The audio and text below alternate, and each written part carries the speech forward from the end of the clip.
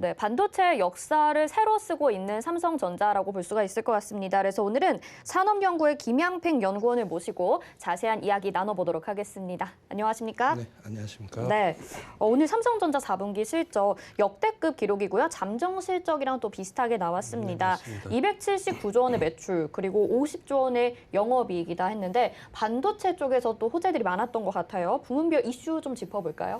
네, 일단 삼성전자의 매출을 말씀을 드릴 때는 삼성전자는 이제 한 업종만 취급하는 게 아니라 생활가전부터 정보통신, 반도체 그리고 새로 인수한 하만까지 그렇게 삼성전자는 매출을 공개를 하고 있는데 그 중에서 이제 DS 부분에서 반도체와 디스플레이 쪽에 반도체가 들어있고 이번에 최고의 실적을 이제 올린 것은 역시나 정보통신기기 쪽. 그러니까 작년에 스마트폰의 플래그십 모델이 나오면서 매출이 상당히 높아졌는데요. 그리고 또 반도체가 그 2를 달리면서 거의 작년에 이제 99조 원에서 올해 94조 원, 죄송합니다. 올해 이제 94조 원을 하면서 작년보다 더 높은 작년에가 72조였습니다. 제가 숫자를 잘못 봤네요. 예, 그렇게 됐는데 전체적인 삼성전자의 매출 상승률은 약 25% 정도를 보고 있는데 반도체 쪽은 30% 이상의 매출 상승률이 있었습니다. 네.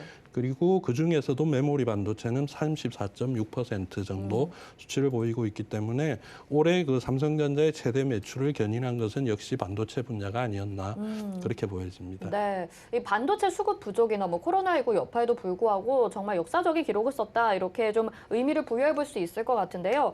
반도체 업계의 관전 포인트가 이 삼성과 TSMC 간의 대결인 것 같습니다. 뭐 네. 대결이라고 표현을 해도 될진 모르겠지만 과연 삼성이 지금 파운드리 시장 1위를 차지할 수 있을지도 관건이 될 것 같은데 이 부분은 어떻게 보시나요? 예, 일단 우리가 삼성전자가 TSMC에 따라가면서 파운드리 분야가 상당히 성장한 것은 사실입니다. 그렇지만은 규모적인 면에서 그리고 업력 면에서 TSMC 같은 경우는 1987년도부터 이 파운드리를 시작을 했고 삼성전자는 아시다시피 2017년 이후 그러니까 본격적으로 시작한 기간이 그렇게 길지가 않습니다. 따라서 생산할 수 있는 이 범위 그리고 물리적인 양적인 측면에서도 차이가 나고 있고요. 네. 그게 이제 시장 점유율로 바로 표시가 되고 있습니다. 작년 기준 매출액을 볼 때 TSMC는 68.9조 원, 그리고 삼성전자의 파운드리 부분만 봤을 때는 22조 원 정도입니다. 이제 이러한 물리적인 차이를 단숨에 뒤집을 것이다라는 것은 사실상 조금 힘든 부분이 있고요. 그것보다는 TSMC랑 삼성전자가 지금 주목을 받고 있는 이유는 5나노 이하의 첨단 공정을 지금 수행할 수 있는 기업이 그 두 군데밖에 없다는 거. 그리고 특히 올해 삼성전자가 3나노 방식의 제품을 상반기에 양산을 시작한다고 발표를 했습니다. 그런데 그 전에 작년에 이제 그 TSMC는 올해 7월부터 3나노 공정을 적용한 제품을 생산한다고 발표를 했고요.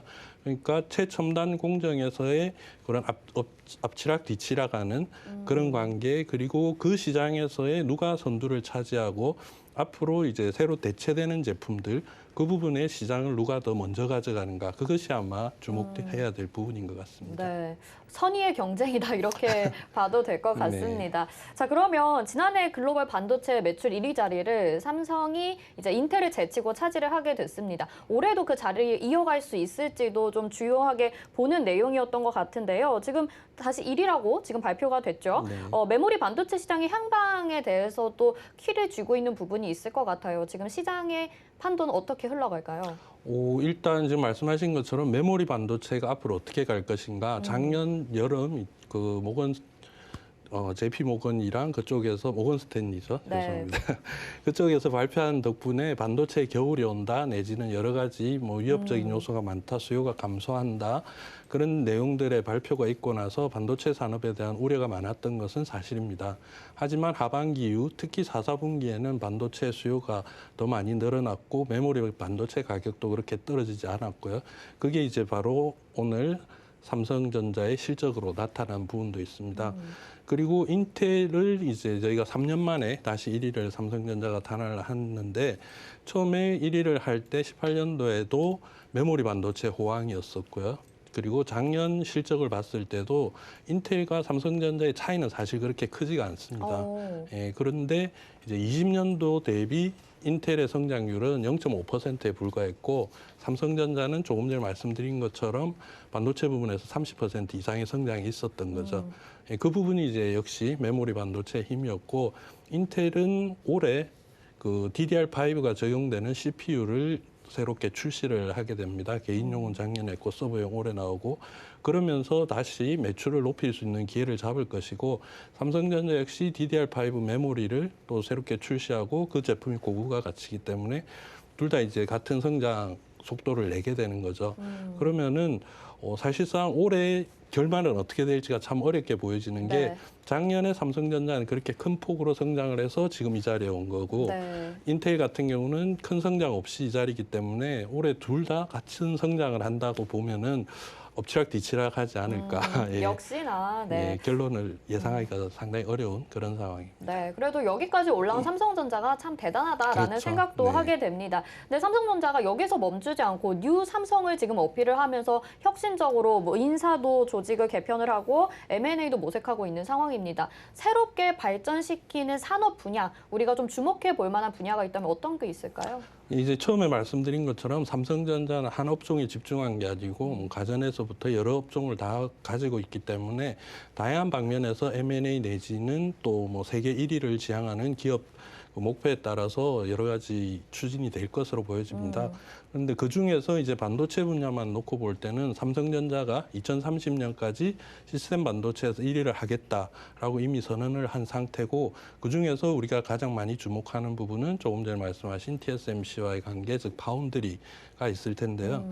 파운드리 분야는 처음 말씀드린 것처럼 그렇게 단기적으로 그 순위를 뒤집기가 과연 얼마나 실현 가능성이 있을지 좀 더 두고 봐야 될 부분인데 그거 말고 시스템 반도체라는 것은 사실 종류가 다양하게 있습니다. 우리가 파운드리를 시스템 반도체에 포함시켜서 얘기를 하고 집중을 하고 있기 때문에 그 부분에 있어서 상당한 관심을 보이고 있는데 실질적으로 저 삼성전자가 만들고 있는 엑시노스 즉 AP 분야 그리고 이번에 차세대 차량용 반도체도 발표를 했었고요. 그리고 이미지 센서 같은 경우는 이미 소니와 1, 2를 다투고 있는 관계입니다.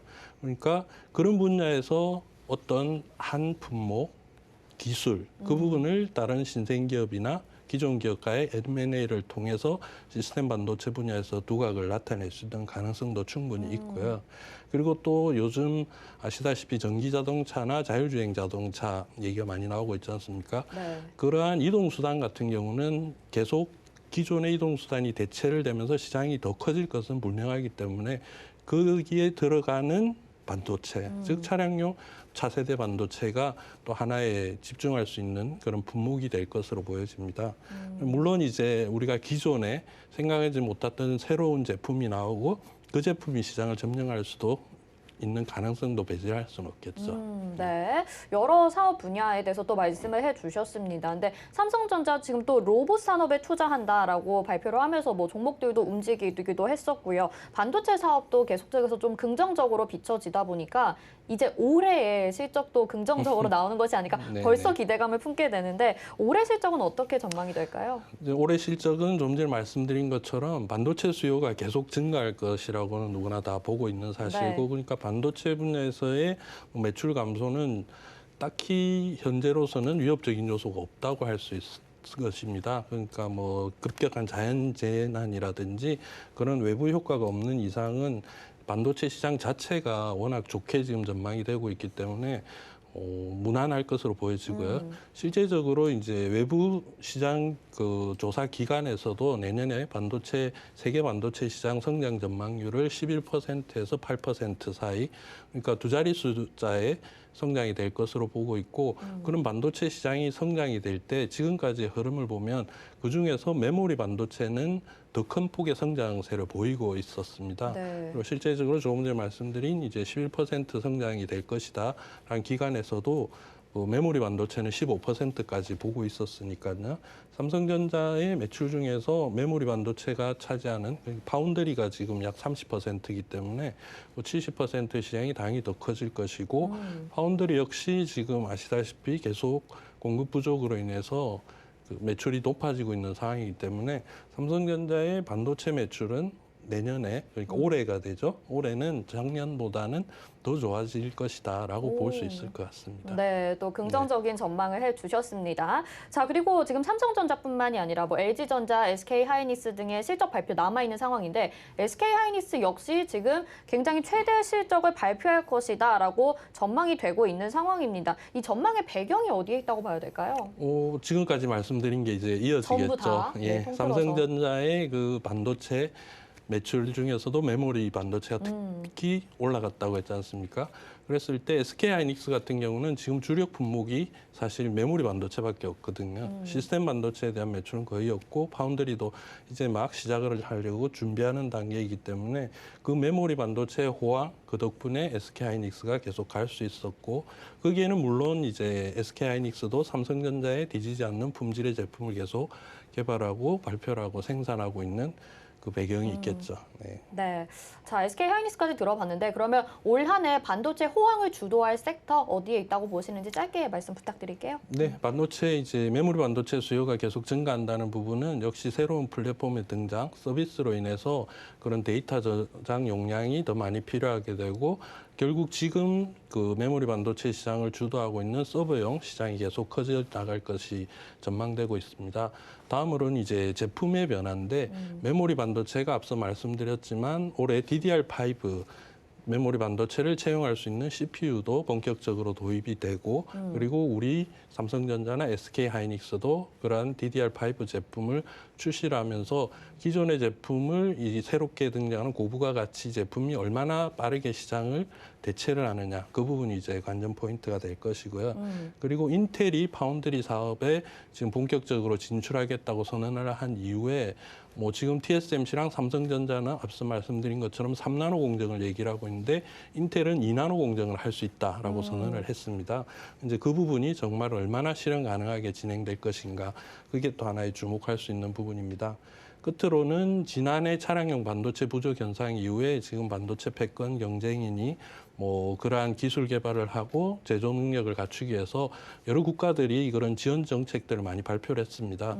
그리고 미국은 이제 TSMC나 삼성전자를 직접 국내 공장을 짓게 만들었고 일본도 TSMC를 그 공장을 일본에 유치를 하고 그리고 유럽도 지금 움직임이 빠르게 진행이 되고 있는데 과연 올해 그런 계획들이 얼마나 실현이 되고 그럼으로써 반도체 시장에서의 경쟁 구도가 어떻게 변화되는가 그 부분을 계속 주의 깊게 지켜봐야 될 것 같습니다. 네, 알겠습니다. 오늘 삼성전자 실적 발표와 관련해서 반도체 업황에 대해서 전반적으로 좋은 말씀해 주셨습니다. 귀한 시간 내주셔서 감사합니다. 고맙습니다. 네, 감사합니다. 네, 산업연구원의 김양팽 연구원과 함께 이야기 나눠봤습니다.